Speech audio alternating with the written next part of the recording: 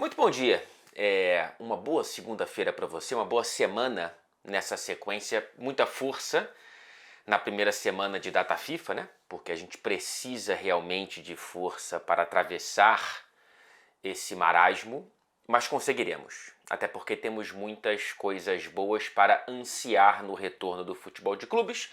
Enquanto isso, a gente papeia aqui sobre o que acabou de passar, especialmente nessa sétima rodada de Premier League que termina, que se despede para essa segunda pausa de começo de temporada com um novo velho líder.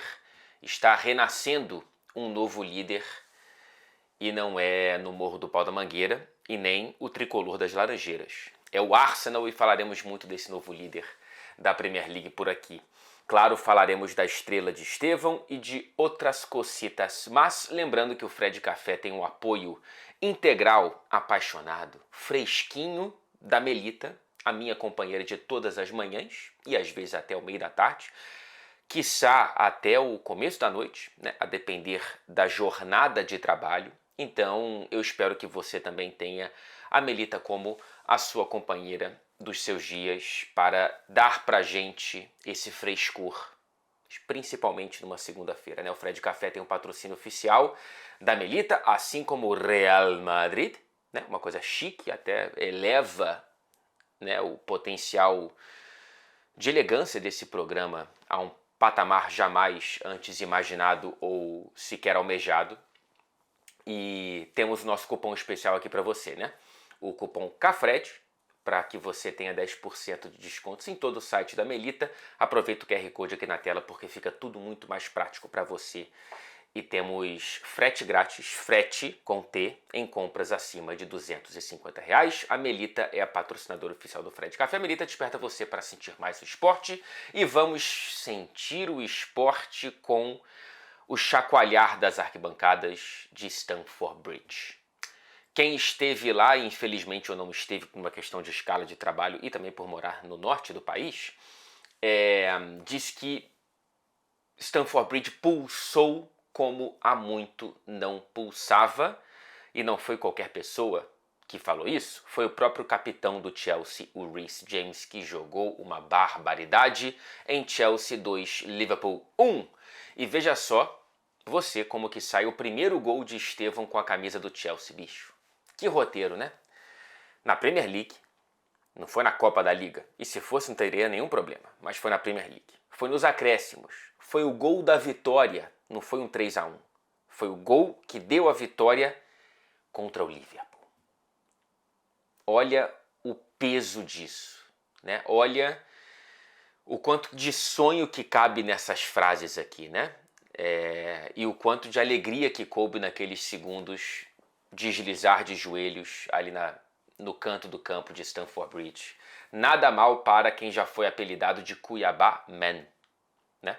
Eu não tive muita proximidade com essa fase, com essa piada pra cima do Estevão, mas enfim. Cara, assim, é um gol que ele orna de maneira perfeita um discurso que já estava escrito por quem vos fala, antes mesmo do gol sair, simplesmente pela maneira com a qual o Estevão colocou fogo no jogo, bicho. É claro que, assim, vamos lá, ele acabou de chegar, tá? Ele precisa de adaptação, ele vai oscilar, ele vai jogar mal, ele vai se frustrar, ele vai frustrar os torcedores, tudo aquilo que a gente já sabe, né? Mas ele precisa ser titular. Maresca, ele precisa ser titular. Quando bem fisicamente, eu prefiro o Estevão no meu time, tá? Ainda que eu tenha consciência de que mesmo sem o Cole Palmer, você adiantar o Enzo tem dado certo, ainda mais com o James jogando o que está jogando no meio campo. O Bonanote deixou boas impressões jogando de 10 ali também. O Pedro Neto faz um bom começo de temporada. O Gittens entrou bem também nesse jogo contra o Liverpool. As primeiras faíscas positivas, né, do jogador no Chelsea. O Garnacho jogou bem, mas ainda assim, olhando para esse todo, na minha humilde opinião, nesse momento, com tudo o que eu vi de todos esses aí, eu não consigo ver um lugar no banco para o Estevão, tá? Então, quando sai a escalação, eu fiquei frustrado com o Maresca por achar que ele deveria ter começado com o Estevão no time titular. E aí foi um erro consertado por um conserto que sublinha o erro em si, né? Assim, a entrada do Estevão é tão boa que ela conserta o erro, mas ela sublinha que de fato foi uma opção errada. Eu sei que tem a questão de entrar no segundo tempo com a defesa cansada, etc e tal, mas não tem sido somente nessas circunstâncias que o Estevão tem conseguido apresentar um bom futebol. Enfim, ele entra e muda o jogo, tá? Assim, para além dos números, né, dessa questão estatística e papati, patatá, quem estava vendo o jogo sentiu que alguma coisa mudou por ali. E aí eu vou trazer números para provar sensações, mas também trarei sensações porque são elas que fazem desse esporte um negócio muito divertido da gente papear, né? Porque assim, a minha sensação pode ser diferente da tua.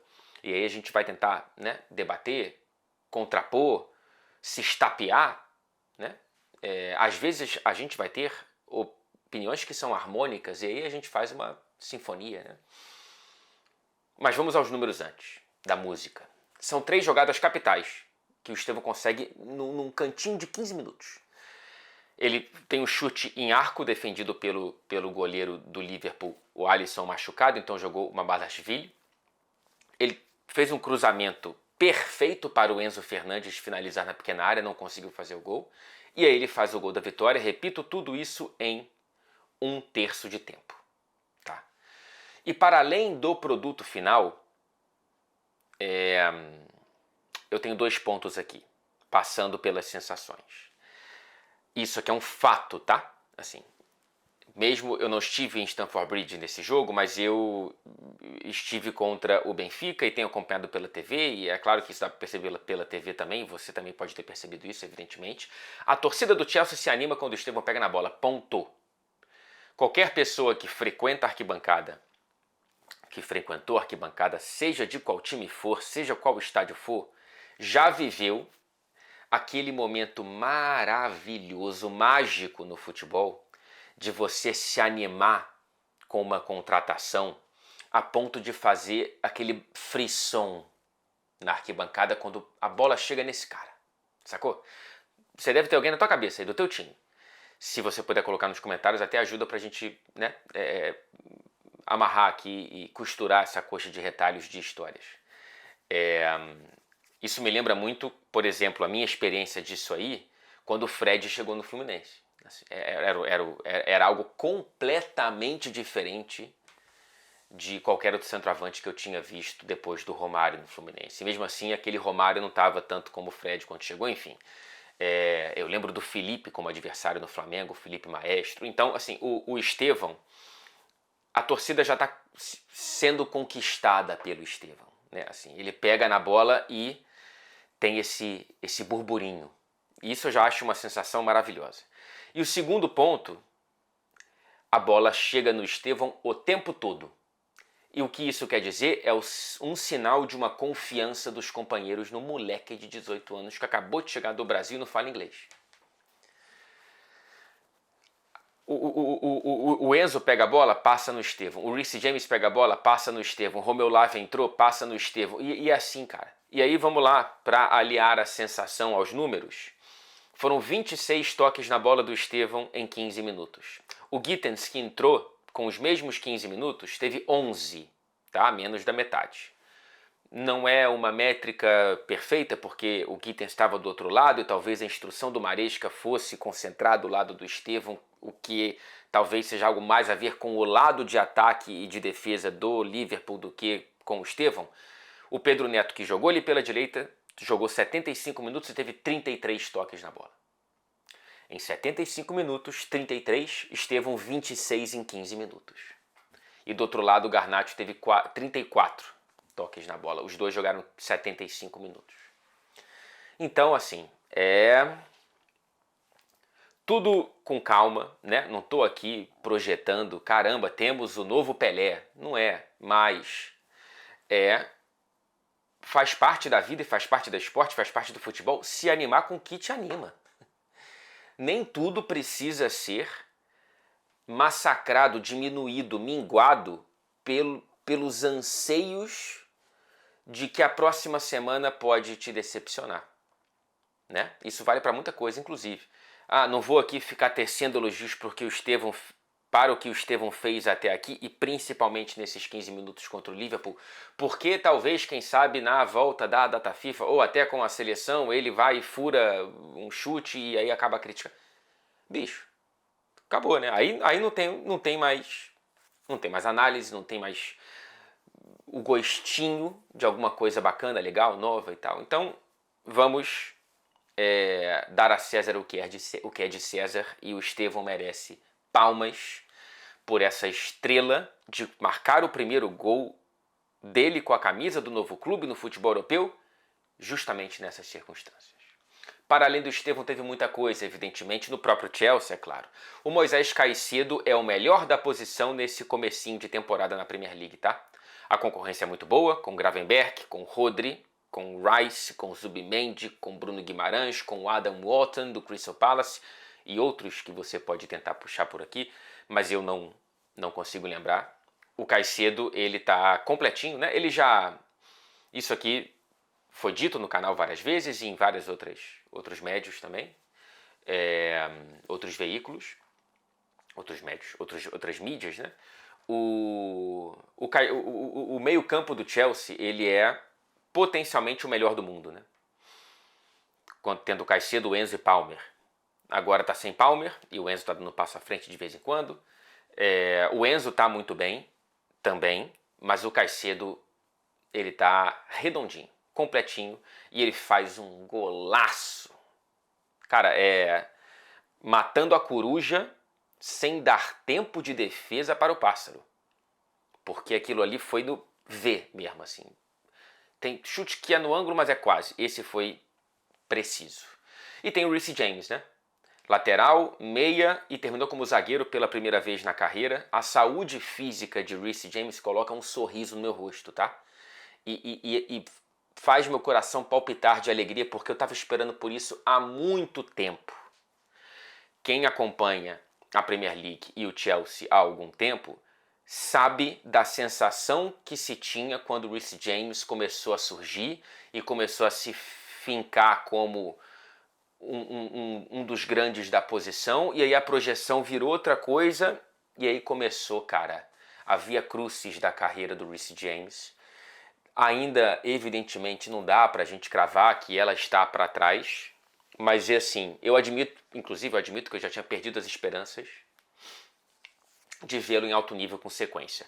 Tomara que isso aqui não seja só uma faísca, tá? Porque tem potencial de fogueira. Tem potencial de melhor lateral direito do mundo. Não estou exagerando. Reece James é um jogadoraço, quando bem fisicamente, e por isso eu fico feliz quando ele consegue sequência de jogos por clube e seleção. Tomara que o Tuchel o utilize com parcimônia agora na data FIFA. O James termina como zagueiro pela falta de saúde física em outro setor, né? Porque a crise ficou ainda maior do miolo da zaga do Chelsea. O Achapong e o Badiashile, que jogaram bem, saíram machucados. O Badiashile, principalmente, não foi muito bem.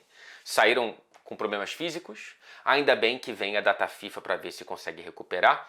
Falando em recuperação, o Lavia entrou muito bem. É outro, né? Desses que, caramba, não consegue parar de pé. Mas quando tá de pé... Quem também agradece a chegada da data FIFA é o Liverpool, evidentemente. Porque assim, vamos lá, perder para o Chelsea em Stamford Bridge não é um problema em condições normais de temperatura e pressão. Perder para esse Chelsea depenado, sim. Ainda mais sem o próprio principal jogador, com uma zaga toda remendada, ainda mais no fim do jogo. E nesse contexto de 3 derrotas seguidas. Palace, Galatasaray e Chelsea. Com um requinte de crueldade de sofrer o gol da derrota nos acréscimos pela segunda rodada consecutiva. E com quase ninguém jogando bem no momento. Então assim, o quadro de deteriorização do Liverpool é muito impressionante. É muito impressionante como, quando você olha agora para os lados, você não vê muita conexão.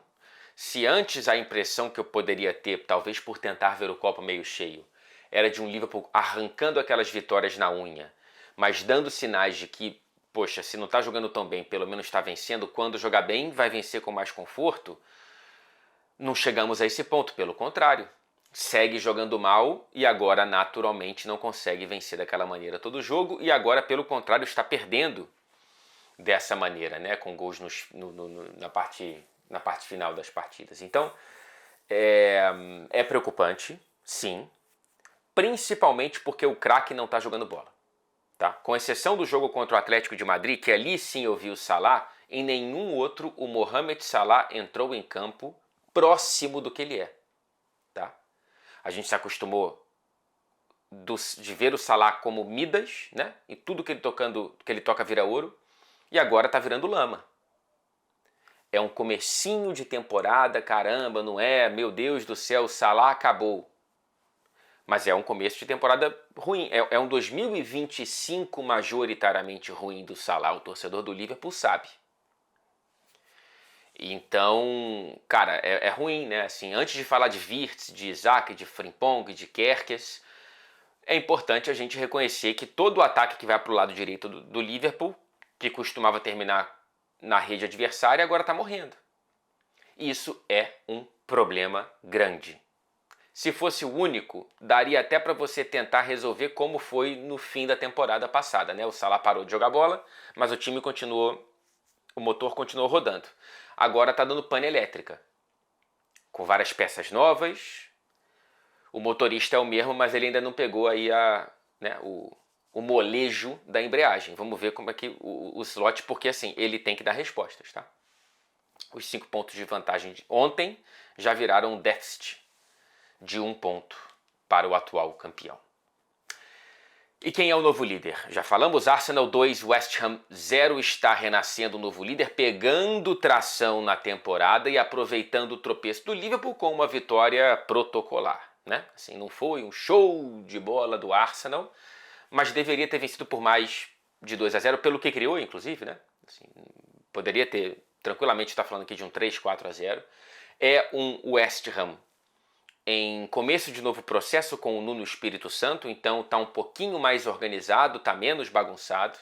E o Arteta, rapaz, que nunca ouviu falar de freio de mão puxado, escalou um meio-campo com Declan Rice, Odegaard e Eze. Então, assim, foi para o futebol moleque, foi para a alegria, infelizmente durou muito pouco tempo. Conseguimos ver apenas 20 minutos desse meio-campo porque o Odegaard saiu machucado. Pelo terceiro jogo seguido, quando entra como titular, sai com algum problema. Os 2 primeiros no ombro e agora um problema mais sério. Uma lesão no ligamento lateral do joelho. A gente não sabe qual é o grau, se é algo para voltar logo depois da data FIFA, claramente será cortado da seleção, ou se será algo para a gente já olhar para a data FIFA de novembro, né? Infelizmente, o Odegaard não está conseguindo sequências de jogos nesse começo de temporada. E o Rice ainda saiu com problema, com incômodo nas costas no fim do jogo. Não sei se é algo a ponto de ter que ser cortado da seleção da Inglaterra. Mas mais um problema, né?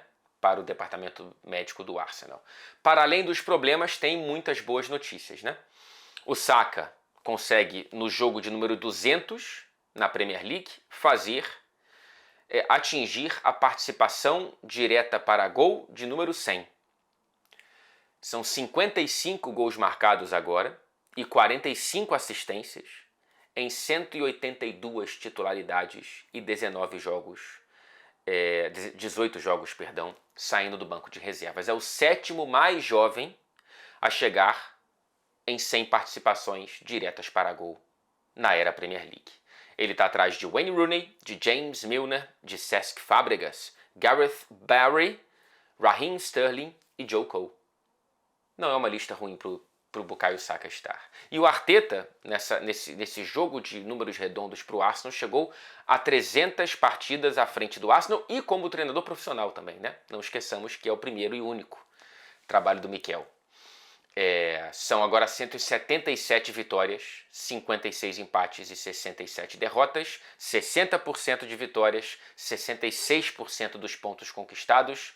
Os números são difíceis de você arranjar defeito, ainda mais considerando qual Arsenal o Arteta pegou. Eu já falei muito aqui de reconstrução, não preciso falar, e já falei muito aqui da pressão para conseguir dar um passo adiante, também não preciso bater nesse ponto. Até porque o Arsenal está dando indícios de potencialmente ser o time mais pronto para conseguir segurar essa liderança nesse momento, né? O Liverpool começou muito à frente, abriu 5 pontos, como a gente viu aqui, mas teve essa queda vertiginosa. O Arsenal ainda não teve uma queda vertiginosa, como até teve o City em 2 rodadas antes da data FIFA passada. O Chelsea também, volta e meia, fica meio mambembe. O Arsenal não. E com uma tabela complicada, né? Agora, aliás, a tabela do Arsenal é mais tranquila, se eu não me engano, do que do Liverpool, nessa sequência agora, entre as datas FIFA de outubro e novembro. Então, pode ser que a gente comece a próxima sessão da temporada com o Arsenal como líder e termine com ele ainda mais líder. Porque é isso que a gente está vendo. Solidez defensiva são apenas 3 gols sofridos em 10 jogos, em todas as competições. Elenco equilibrado, já falei várias vezes aqui, é o mais equilibrado do futebol inglês e talvez do futebol europeu, a ponto de o Odegaard ser um problema, mas não gera crise. O Saka também, que, né, agora está voltando a jogar, sem ele não foi um problemaço. E tem muitos jogadores bons de bola, né, nesse time titular. Eu estou cada vez mais fã dos laterais. O Timber é um dos melhores da posição na Premier League, desde que conseguiu pegar a sequência de saúde física.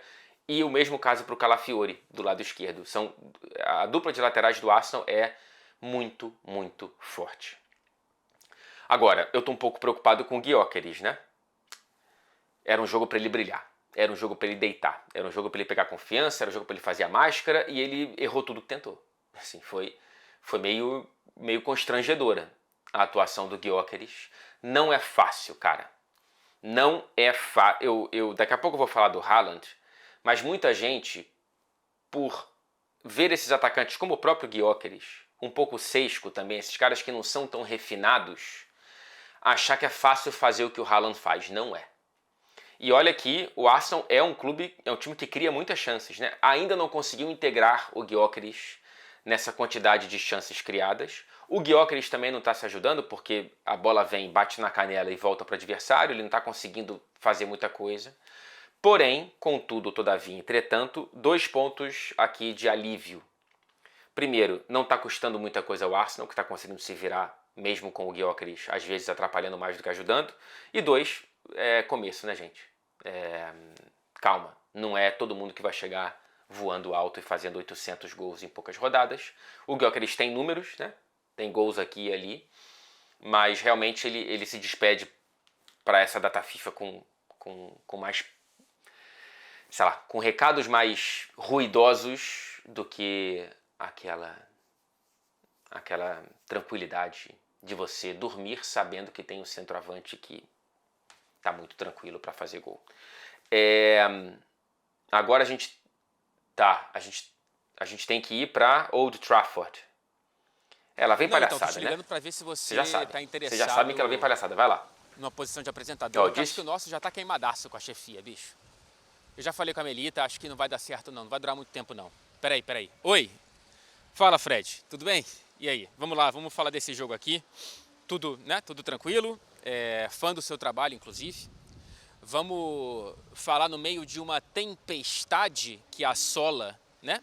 Esse fim de semana aqui o território inglês. Essa vitória do Manchester United por 2-0 numa raridade, em algo muito pouco frequente nos últimos tempos por aqui, que é uma vitória tranquila, sem sofrimento, sem o torcedor roer todas as unhas, sem o torcedor terminar agoniado, mordendo a própria carne, porque conseguiu vencer tranquilamente, conseguiu vencer jogando bem a maior parte do tempo, e esse Manchester United se despede para a data FIFA com menos fogo cruzado do que antes, né? Não é uma paz, não dá para chamar de reconquista da confiança, não tem nada para além de um jogo pontual, tá? Eu não vou entrar nessa de 8 ou 80, né? a gente tem que olhar para o macro e não para o micro. Mas o micro, nesse momento, é o que tem. Até porque se você aumentar o escopo para o macro, logo depois da data FIFA, o primeiro jogo é em Anfield contra o Liverpool. Por isso não vamos, né, explorar tanto esse macro nesse momento. Eu não vou conversar com você, torcedor do Manchester United, já trazendo uma antecipação de sofrimento, mas eu também vou te dar um presente, que é o fato de que agora são 2 semanas sem derrota do Manchester United, porque não vai entrar em campo. A data FIFA é um alento para muitas torcidas desse planeta e a gente fala muito pouco disso. Então, assim, são 2 semanas com uma memória boa. Há quanto tempo, sem piada, o Manchester United não consegue ter 2 semanas com uma memória boa, né? Acho que em data FIFA até teve. Mas, enfim, consegue essa vitória jogando bem, repito. Tudo bem que o adversário é frágil, e eu acho importante destacar isso aqui. Ainda que o começo do Sunderland tenha sido muito elogiado aqui no canal e por muita gente, porque é o melhor começo de um recém-promovido à Premier League desde o West Ham em 2012, mais de uma década, portanto, né, quase 15 anos. Mas é o primeiro adversário do Big Six, né? Então tem um pequeno choque de realidade, ainda mais aqui em Old Trafford. Ainda que o Manchester United não seja um representante do Big Six, que de fato, né, fique no topo da tabela, se pegar o Manchester United clicando, estando num bom dia, realmente fica muito complicado e o Sunderland sucumbiu, né, não conseguiu fazer muitas coisas por aqui. Curiosamente foi quem criou a primeira grande chance do jogo, né, assim, uma furada na pequena área impressionante do Traoré, que poderia ter aberto o placar para os visitantes e aí talvez a história seria diferente, mas o que não foi, não é, como já escreveu de maneira brilhante o Rodrigo Amarante. Então, o que é que o Mason Mount abre o placar aos 8 minutos num golaço. Ele pega com a esquerda e, sem deixar cair no chão, ele finaliza com a direita. O primeiro gol do Mason Mount na temporada. A melhor partida, na minha opinião, do Mason Mount com a camisa do Manchester United na Premier League. Não é melhor em geral porque ele fez aqueles 2 gols contra o Athletic Bilbao nas semifinais, né, da Europa League. Acho que aquele foi o melhor jogo, ou o mais decisivo, mas esse jogo foi muito bom do Mason Mount, que é uma aposta do Rubem Amorim no lugar do Matheus Cunha. Uma surpresa. Eu não esperava o Matheus Cunha no banco de reservas e muito menos o Mason Mount titular, e foi bem, tá? A escolha deu certo realmente. Esse Manchester United que veio a campo com muitas mudanças, o Yoho entrou na zaga, foi muito bem. O Diallo voltou, né, do problema familiar que ele teve, e o lado direito foi o que melhor funcionou no primeiro tempo, né? O Diallo na ponta direita, o Mbeumo como esse camisa 10 pela direita, criaram todas as chances praticamente do Manchester United. O Mbeumo muito bem no primeiro tempo, no segundo tempo ele errou passe-chave ali que não pode errar, e aí não foi bem no segundo tempo, mas enquanto esteve talvez bem fisicamente ou concentrado tecnicamente, ele conseguiu entregar uma boa partida, um bom primeiro tempo. No geral foi mais positivo do que negativo, sem nenhuma dúvida. Também tivemos um novo goleiro titular, né? A estreia de Lamens com a camisa do Manchester United foi justamente como titular. O goleiro belga contratado junto ao Royal Antuérpia por 18 milhões de libras, ele tem 23 anos e é um goleiro contratado muito com base em estatística, né? Tem dados da Opta que são muito interessantes, tudo bem que é na Liga Belga e tudo mais, mas enfim, na temporada passada ele fez o maior número de defesas entre todos os goleiros das 10 principais ligas europeias. Ele foi quem mais evitou gols, isso é uma métrica um pouco subjetiva como a do XG, gols evitados é muito subjetivo, mas ele evitou quase 19 gols na temporada passada inteira. Quando o melhor goleiro da Premier League passada nesse quesito, nessa métrica, foi o Henderson do Palace, que evitou 4.4. O Lamens evitou 18.4. E também é pegador de pênaltis. Ninguém pegou tantos pênaltis quanto ele, que pegou 4 na temporada passada. Então, assim, parece um goleiro quase completo. E fez uma partida muito boa, com exceção de uma saída que eu acho que o Dalot, ou o Bruno Fernandes, não vou lembrar, que ferra um pouco com ele, mas parecia ser falta, não foi, porque ele conseguiu ir bem, ele não acertou o atacante do Sunderland como parecia ter acertado, mas enfim, uma boa atuação do Lamens como titular nessa estreia, e a torcida retribuiu e fez questão de sinalizar que Olha só, quanto tempo não vemos uma atuação segura de um goleiro por aqui, então seja muito bem-vindo. Foi mais ou menos esse o sinal que os aplausos bem intensos tiveram por aqui na minha interpretação. O Casemiro voltou ao time no lugar do Ugarte. E eu acho que, apesar do Casemiro não ser mais o mesmo, cara, ele ainda é muito importante para esse Manchester United, ainda pode ser muito importante para a seleção brasileira, e o Ancelotti sabe disso. E eu acho que o Manchester United muda muito com ele em campo, tá? Eu critiquei os cartões bobos que ele levou no último jogo aqui contra o Chelsea, mas para mim esse começo de temporada sinaliza que o Manchester United é melhor com o Casemiro do que sem o Casemiro, então é um retorno bem-vindo. E já falei da entrada do Mason Mount, né? O segundo gol, aliás, antes do segundo gol teve quase uma pintura do Bruno Fernandes. O goleiro do Sunderland faz uma belíssima defesa que a bola ainda vai no travessão, que ele, sem distância, ele consegue colocar a bola no ângulo, foi linda, linda, linda. O Bruno Fernandes, sem muitas atribuições defensivas por conta da postura do adversário, conseguiu ser mais meia do que volante hoje. E o segundo gol aos 30 minutos do primeiro tempo sai do Sesco, o segundo em 2 jogos, já tinha feito contra o Brentford, agora faz contra o Sunderland, o primeiro em Old Trafford. Entrevistei ele depois do jogo pela TNT Sports México, ele falou que sonhava com esse momento desde criança, marcar um gol aqui em Old Trafford, e eu não duvido, não acho que é jogar pra galera, realmente é o sonho de muita gente, e ele consegue realizar como poucos. Lateral para a área do Dalot, que atravessou, o Dalot jogou como ala esquerdo, atravessou o campo para arremessar esse lateral, claramente uma jogada ensaiada, não só pelo Manchester United, o lateral para a área, tão criticado, né? Lá atrás do futebol brasileiro, Abel Braga, Cuca e outros treinadores, tá na moda na Premier League, viu? O rudimentar, o simples, feliz no simples, tem sido o lateral para a área aqui na Premier League.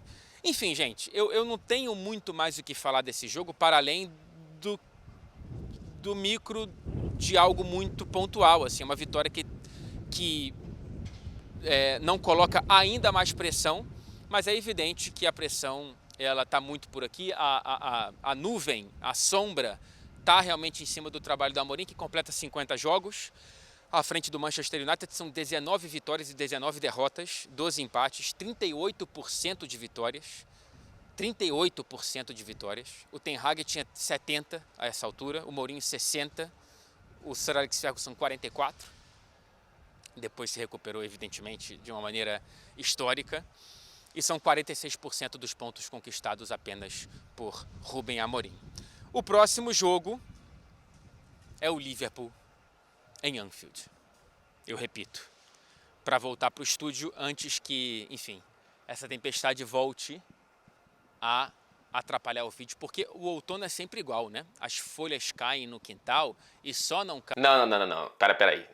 Ficar recitando o Sandy Júnior já pode... Eu te falei pra mandar, né? Embora. Enfim, depois a gente conversa sobre isso. Pô, se é pra recitar, melhor cantar, né? Enfim, vamos dar sequência aqui pra falar do outro time de Manchester. Os dois venceram, hein, gente? Nessa 7ª rodada, olha que milagre. E o Manchester City consegue uma vitória fora de casa contra o Brentford.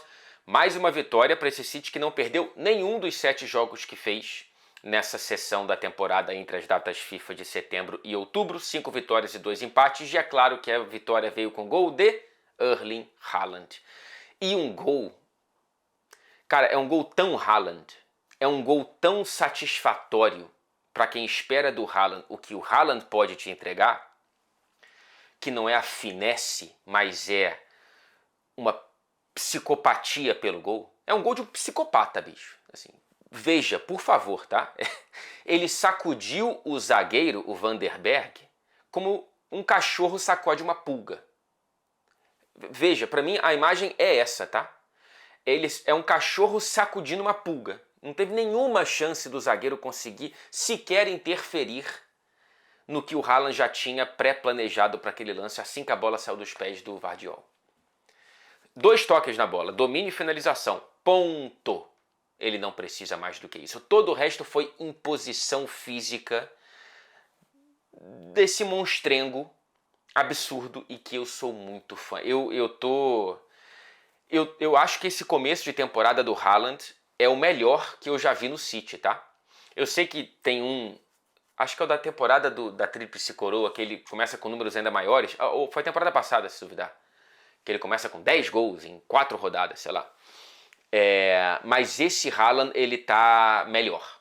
O Haaland, atenção senhoritas e senhoritos, ele está evoluindo. Quem diria, né? 25 anos de idade, ainda muita coisa para fazer, ainda muito tempo para evoluir. E ele está, além de tudo, bem fisicamente. Ele não está se machucando.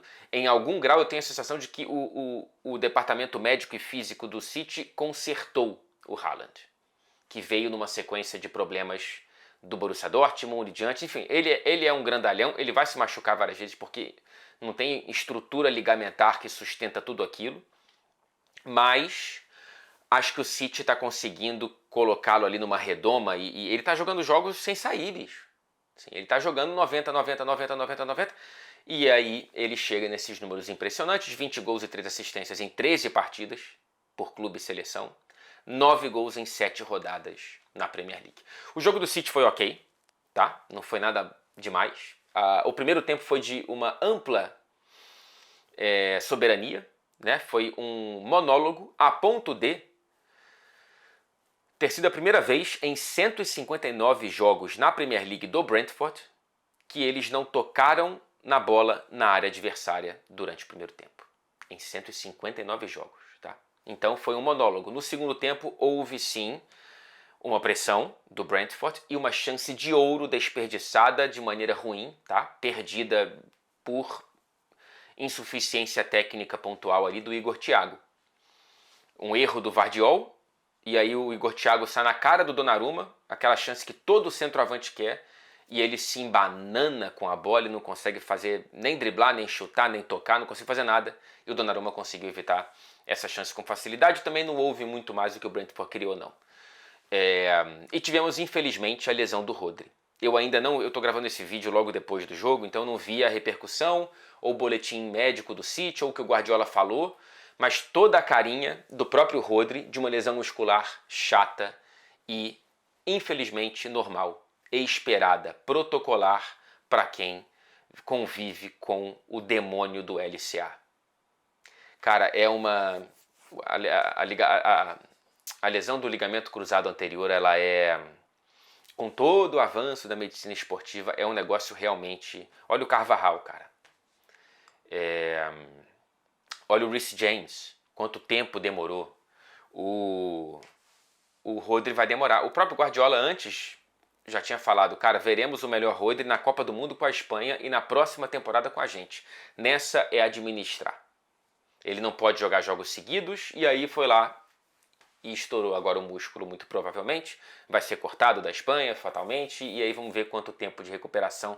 É muito triste, cara, sei lá, eu detesto ver esse tipo de coisa com qualquer pessoa, com qualquer jogador, mas especialmente em jogadores especiais.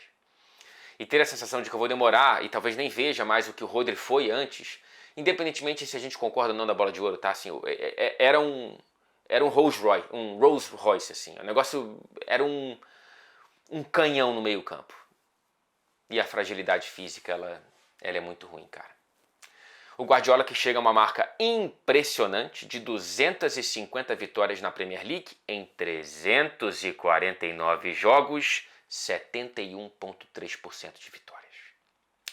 Ele quebra o recorde que pertencia a ninguém mais, ninguém menos do que Sir Alex Ferguson, que tinha chegado a essa marca de 250 vitórias em 404 jogos.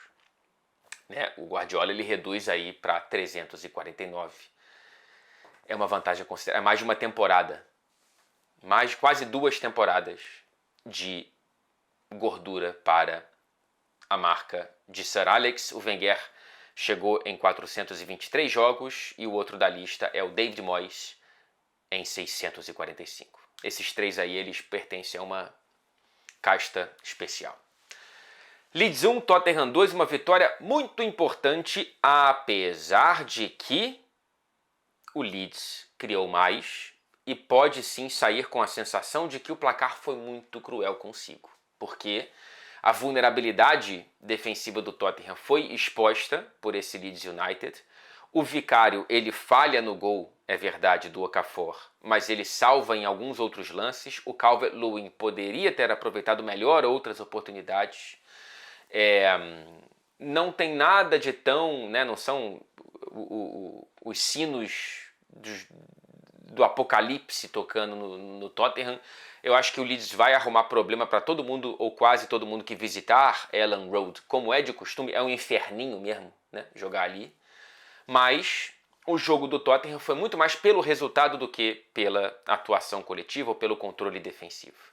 O que dá pra gente destacar na minha visão, evidentemente, né? O Mohamed Kudus, mais uma vez importante, decisivo, para mim é o melhor jogador desse começo de temporada do Tottenham. A gente pode falar de Christian Romero, a gente pode falar de... Acho que tá entre os dois, né?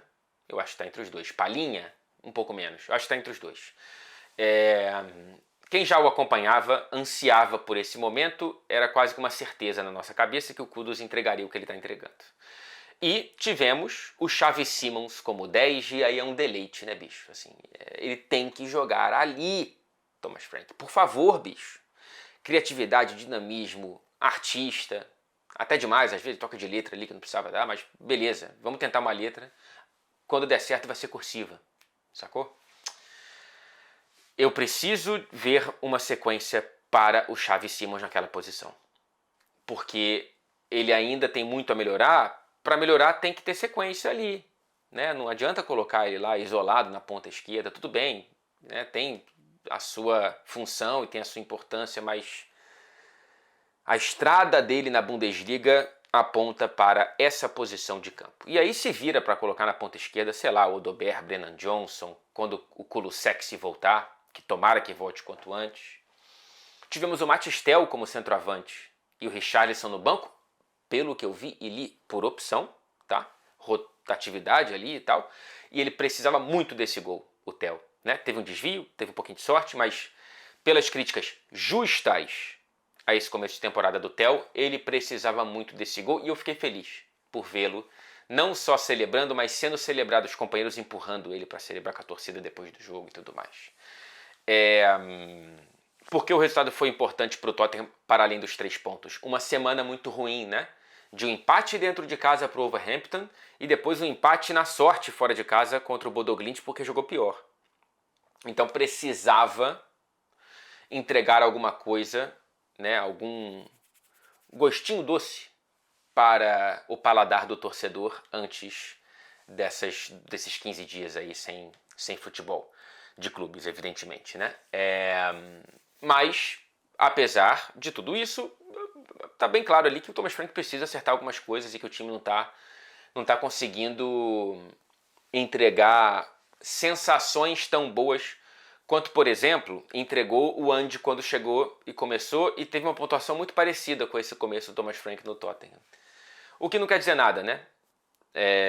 O ponto aqui é, pelo menos a minha perspectiva, eu confio muito no Thomas Frank como torcedor.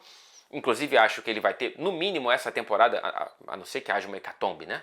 Uma tragédia, para desenvolver o seu trabalho nos Spurs. E aí vamos ver se consegue, na próxima temporada, ou até se pá em janeiro, reforçar um pouco mais esse elenco para ter um pouco mais de rotação e não estourar muitos jogadores para não chegar no fim da temporada com um time completamente desfigurado, porque se perder muitos titulares, esse Tottenham entra em apuros. A sorte até aqui, entre aspas, é que não perdeu tantos titulares assim, quando comparado com outros. E com a própria temporada passada, inclusive. Temos a vitória do Bournemouth, 3-1 para cima do Fulham, 14 pontos em 7 rodadas para Andoni Iraola, que chegou a ficar na segunda posição, né? Porque foi o primeiro a entrar em campo e a vencer, mas fecha a rodada no G4 com os mesmos 14 pontos dos Spurs, 2 atrás do líder Arsenal e 1 à frente do quinto colocado Manchester City. E aí a gente tem que falar de Antoine Semenyo. Cara, ele tá voando alto de uma maneira. É um jogadoraço já há bastante tempo. Mas esse começo de temporada o coloca numa exposição e numa excitação ao redor do futebol dele em patamares que não foram vistos antes. O primeiro gol dele é brincadeira.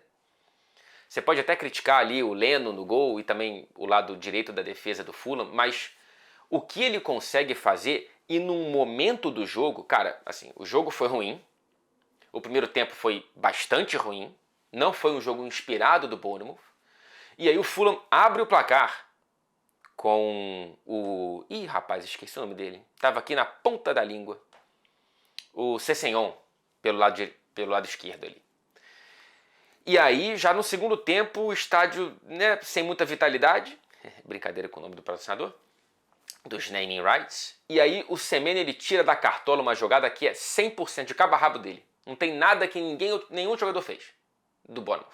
Ele pega a bola na ponta esquerda e ele vai costurando, e sem ângulo ele consegue empatar o jogo. Pronto. Muda totalmente a confiança do time, a confiança do torcedor, a desconfiança gera dúvidas no adversário, e aí o Fulham vai se desmilinguindo e vai desmoronando pouco a pouco. Aos 84, também um outro gol do nada, assim, né? Que é puramente qualidade individual. E o Bournemouth consegue ter isso mesmo perdendo vários jogadores no mercado.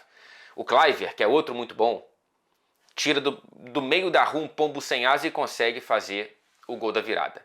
E aí aos 96, para dar números finais e colocar os últimos pregos na tampa do caixão do Fulham, contra-ataque fulminante, o Ben Doak, garoto da base do Liverpool, né? Entrou no segundo tempo, ele passa para o Semenyo, que faz o 8º gol dele e a 12ª participação direta para gol nesse começo de temporada. 8 gols e 4 assistências, mais do que qualquer outro jogador nesta Premier League. Contrato renovado em julho até 2030. Ele tem 25 anos. Não se surpreenda se tivermos um Semenyo no próximo mercado na conversa para casa de 70, 80, 90, se pá 3 dígitos de milhões, tá? O Tottenham tentou, o Arsenal sondou e vamos ver como é que vai ser no próximo verão. Eu vi verão europeu, né? Eu vi uma aspa uma declaração do Cliver que eu gostei, que ele falou o seguinte: o motorista do nosso ônibus está nos levando por um caminho muito maluco e ele é um excelente motorista, então a gente segue o que ele manda. Ele está falando do Iraola e dessa linda fantasia, esse lindo mar de rosas do Bournemouth nesse começo de temporada. Fechar com 3 curtinhas aqui. O Everton 2-1 para cima do Palace. Já não temos mais nenhum invicto nesta Premier League. O que, mostra como tá. Se você trança os pés que faz o outro cair, daqui a pouco alguém vai te dar uma rasteira. Então tem um equilíbrio interessante. E segundo, que evidentemente sublinha mais uma vez, né? Grifa ali o que o Arsenal conseguiu lá atrás com os Invincibles, um negócio impressionante. A virada com direito a um gol nos acréscimos da sensação do Everton nesse começo da temporada é o Super Jack Grealish. Um gol na sorte, né? O zagueiro foi tentar afastar e o Grealish, que acreditou no lance até o fim, né? Então tem uma parcela dele, quando eu falo na sorte é porque ele não finalizou, foi um bate-rebate, mas ele consegue esse gol de um jogo que vinha sendo dominado pelo Palace. Assim, ele perdendo o gol aos borbotões. O Mateta, eu sei que foi convocado para a seleção da França, está feliz da vida, mas perdeu muitos gols, foi fominha em outros lances, um jogo para esquecer do Mateta. E o Pickford é muito bom goleiro, né, cara? Assim, todas as chances que pareciam muito claras, ele vai lá e atrapalha um pouco. Ele quase atrapalhou, inclusive, o gol que o Palace fez do Daniel Muñoz, que eu já falo há bastante tempo, que é um muito bom lateral direito. Aí o Palace faz um pênalti no meio do nada, que o Ndiaye converte, e é o próprio Ndiaye que consegue fazer o cruzamento para o gol de Jack Grealish. O Everton começa bem a temporada. David Moyes ainda gera sorrisos, especialmente quando a gente está falando dos lados do lado azul de Liverpool. O Newcastle consegue bater o Forest por 2-0. Terceiro gol em 3 jogos seguidos do Voltemade. Quem é Alexander Isak? Né? Se uma vez a torcida do Newcastle aplaudiu o Isak, já não lembra? Agora eles estão apaixonados, enamorados, inebriados pelas madeixas, né, do atacante alemão, com todo um look traçado e inspirado nos anos 70. Muito bom começo do Woltemade no Newcastle. Quem abre o placar é o Bruno. Aliás, o gol do Woltemade foi um pênalti que, meu amigo, tem que ter confiança para bater o pênalti daquele jeito. Se você não viu, veja. E também aproveite para ver o chutaço de fora da área do Bruno Guimarães. Não foi tão na bochecha da rede como eu pensava, foi mais entre o meio e o canto do gol, mas ainda assim estava difícil para o Matt Sells defender essa bola. O Sells que evitou com que o Newcastle, que deveria ter vencido por 3-4 tranquilamente. E temos o 7º jogo de Ange Postecoglou e sem nenhuma vitória. A brincadeira aqui é 0-0-7, né? O jogador que tem 0 gols, 0 assistência e 7 jogos, agora 0 vitória, 0 clean sheets, né? Sem um jogo sem não sofrer gols, e nenhuma e 7 jogos de Postecoglou. O Forest, cara, assim, o Forest, o Marinakis, eu tenho a sensação de que ele implodiu, tá? Junto com o Edu Gaspar, essa temporada do Forest. Implodiu. Foi implosão, não foi algo de fora para dentro, foi de dentro para fora. E aí vamos ver, né? Agora, com 10 jogos na temporada, já tem 6 derrotas. Na temporada passada, com o Nuno Espírito Santo e com a paz do Espírito Santo, só foi sofrer a 6ª derrota no 28º jogo, quase 3 vezes mais partidas do que agora em 10. 6 em 10 é um número muito preocupante e o problema não é só do Postecoglou. E para finalizar, o Villa se recuperando, né? 2-1 para cima do Burnley, quarta vitória seguida na temporada. E nesses 4 jogos, nessas 4 vitórias, marcou 7 gols. Nos 4 primeiros, não tinha marcado nenhum. Então, assim, aos pouquinhos o Unai Emery está arrumando a casa com o que tem, depois de um mercado muito decepcionante, porém já esperado, né? Pelo estrangulamento financeiro do Aston Villa. É isso, gente. Uma boa semana para todos nós. Eu agora estou indo para Bristol, para a cidade de Bristol, com a minha companheira Sara, para a gente curtir um pouquinho esses dias da data FIFA. Vou dar uma descansada e depois, mais para o fim da semana, acho que na quinta-feira, eu trago mais um vídeo por aqui para falar de quê? Ainda não sei. Mas vamos pensar. Se você quiser me ajudar com alguma sugestão, é só colocar aqui, tá? Um beijo. Obrigado pela companhia.